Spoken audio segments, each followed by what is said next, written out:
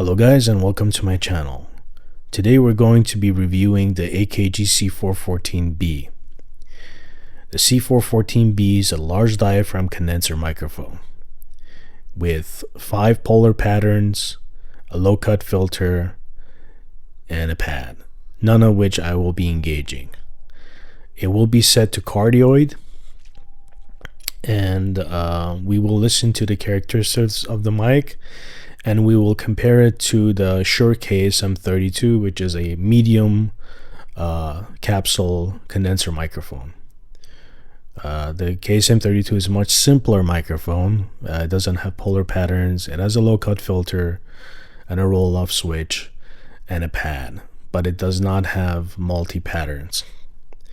So the AKG C414 would suit greatly on vocals, since this is the XL2 model. XL2 model is a slightly brighter version of this microphone, the C414, and it's a workhorse around the studio. Great on vocals, great on acoustic guitar, drum overheads, room miking, and so on and so forth. You can mic almost anything with this microphone.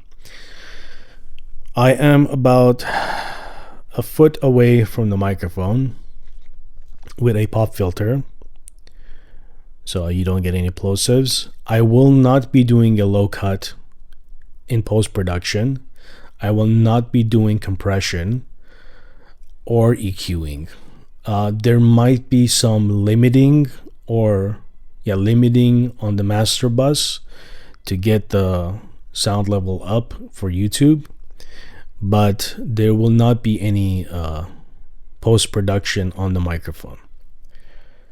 We are going through a BAE 1073, and the conversion is done with an AKG Rosetta AD96K version. It's not the Rosetta 800 or the 200. This is the AD version.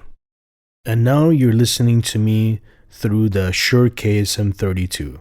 No pads engaged and no low cut filters. The Shure KSM32 is a medium-sized condenser microphone. It is a very well-built microphone, very robust, very sturdy microphone. And it is very close to timbre and sound to the AKG C414. They share kind of the same top end response, but the KSM32 has a bit of a bigger bottom end, as you can probably hear.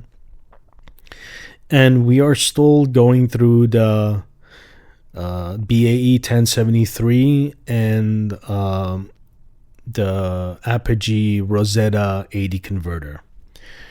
The way I matched the gain on the 1073 is I used a cell phone with a frequency generator set at 1 kilohertz, and the speaker of the cell phone was placed right above the capsule, and the tone was played and the level was set that way.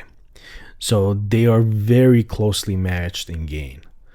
I will not be doing any post-processing on these microphones.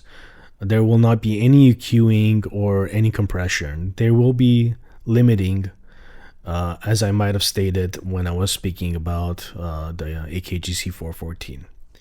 Now, the Shure KSM32 will make a great vocal mic, instrument mic, drum overhead mic. It is a very versatile, robust studio condenser microphone. Now we are back on the AKG C414b. It is an older version. I believe it's from the early 2000s. And what can I say? I mean, they are very closely matched. I would not be able to pick a winner between the Shure KSM32 or the AKG C414 microphone.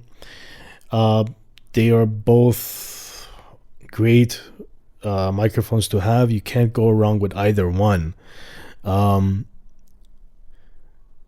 Which is my favorite?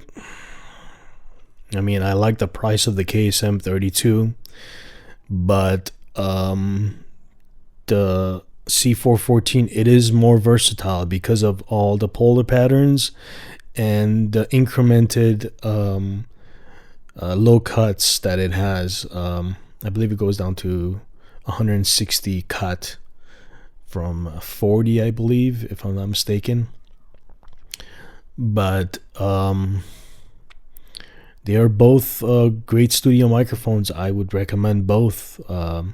Buy both if you can, but I can't pick a clear winner because they both do, the job quite well, especially for vocals. I would choose both in different situations, of course, but I would probably pick the KSM32 for female vocals, because it would add a little bit of bottom end to the singer, and I would probably pick the C414 for male vocals, but it all depends on the voice. So thank you for listening to me, and thank you for taking the time. If you can, like, subscribe, and leave a comment. If you have any questions, I'll try to get to you as soon as possible. Thank you, and I'm checking out.